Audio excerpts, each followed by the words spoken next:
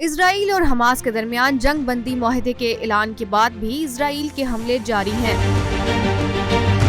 بدھ کے روز قطری وزیر اعظم نے غزہ جنگ بندی کے معاہدہ طے پانے کا اعلان کیا، تاہم اس کے باوجود اسرائیلی حملوں میں کم از کم 40 فلسطینی شہید ہوئے۔ غزہ کی سول ڈیفنس ایجنسی کے ترجمان کے مطابق جنگ بندی کے اعلان کے باوجود حملے نہیں رکے۔ اسرائیل کی جانب سے حملے غزہ پٹی کے مختلف علاقوں میں کیے گئے، جن میں سے 30 فلسطینی صرف غزہ میں ہی شہید ہوئے۔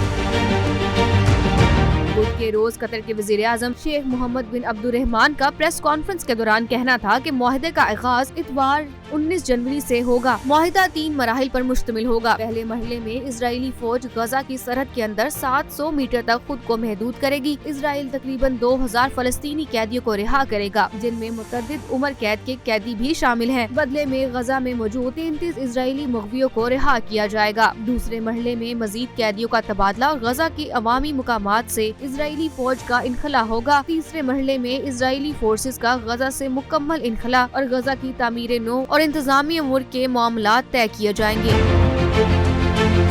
جنگ بندی کے دوران اسرائیل زخمیوں کو علاج کے لیے غزہ سے باہر سفر کی اجازت دے گا۔ ترکیہ کے صدر طیب اردوان، سعودی ولی عہد شہزادہ محمد بن سلمان اور دیگر ممالک کی قیادت نے جنگ بندی معاہدے کو خوش آئند قرار دیا۔ واضح رہے کہ رپورٹ کے مطابق 7 اکتوبر 2023 سے جاری جنگ میں غزہ پر 85,000 ٹن بارود برسایا گیا، جبکہ 47,000 سے زائد فلسطینیوں کی نسل کشی اور 1,15,000 زخمی کیے گئے۔ اسرائیل اور حماس کے درمیان جنگ بندی معاہدے کے اعلان کے بعد بھی اسرائیل کے حملے جاری ہیں۔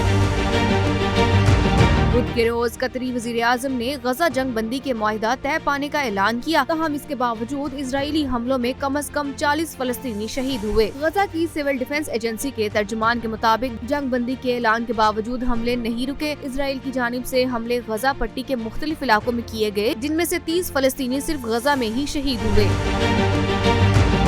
بدھ کے روز قطر کے وزیر اعظم شیخ محمد بن عبد الرحمان کا پریس کانفرنس کے دوران کہنا تھا کہ معاہدے کا آغاز اتوار 19 جنوری سے ہوگا۔ معاہدہ 3 مراحل پر مشتمل ہوگا۔ پہلے مرحلے میں اسرائیلی فوج غزہ کی سرحد کے اندر 700 میٹر تک خود کو محدود کرے گی۔ اسرائیل تقریباً 2000 فلسطینی قیدیوں کو رہا کرے گا، جن میں متعدد عمر قید کے قیدی بھی شامل ہیں۔ بدلے میں غزہ میں موجود 33 اسرائیلی مغویوں کو رہا کیا جائے گا۔ دوسرے مرحلے میں مزید قیدیوں کا تبادلہ اور غزہ کی عوامی مقامات سے اسرائیلی فوج کا انخلا ہوگا۔ تیسرے مرحلے میں اسرائیلی فورسز کا غزہ سے مکمل انخلا اور غزہ کی تعمیر نو اور انتظامی امور کے معاملات طے کیے جائیں گے۔